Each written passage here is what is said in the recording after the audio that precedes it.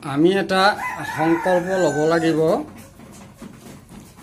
যে OPS দিয়ক vote লওক, OPS দিয়ক ভোট লওক।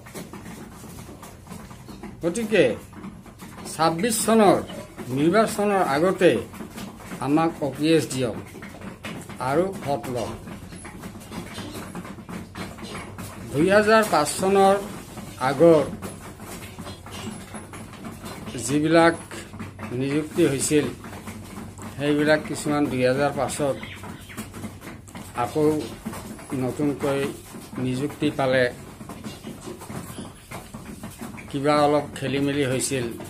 এই খেলি মেলিৰ কাৰণে তেওঁলোকক OPS দিয়াৰ কথা কৈছিল যদিও নিদিলে।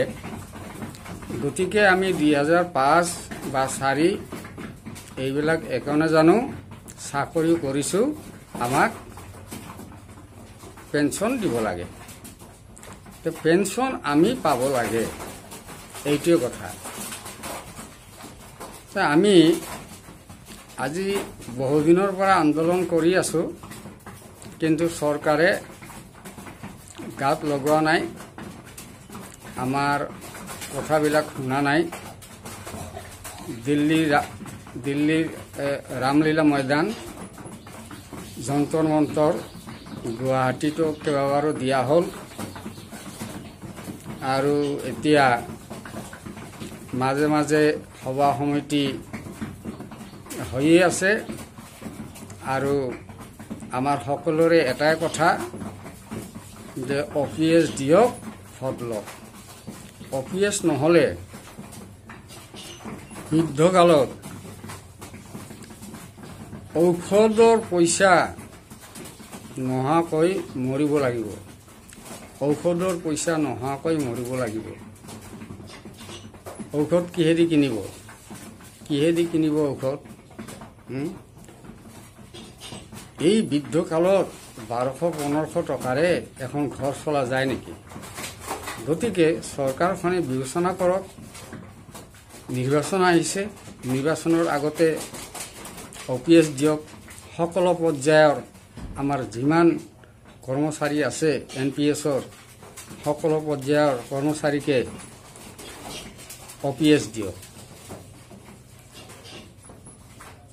মই বহুদিন কৈছোঁ আৰু মন নিচিনা কৰি বেলেগো কওক, বেলেগ শিক্ষকবিলাকো কওক তেনেকৈ যে আমাক OPS দিব লাগে।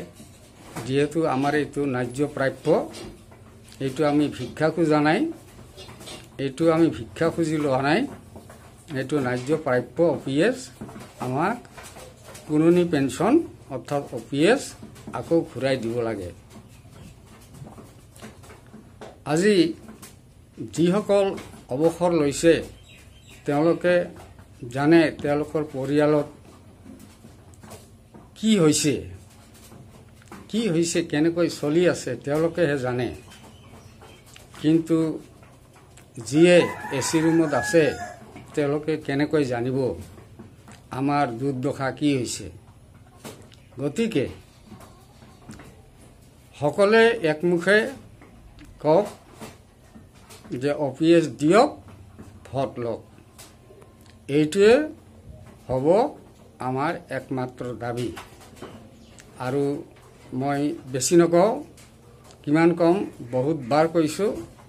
আজিও আমাৰ মুখ্যমন্ত্ৰী আৰু প্ৰধানমন্ত্ৰী ডাঙৰীয়াক অনুৰোধ জনালোঁ যে আমাৰ OPS অৰ্থাৎ পুৰণি পেঞ্চন বাহাল ৰাখিব লাগে, আমাক ঘূৰাই দিব লাগে। ধন্যবাদ।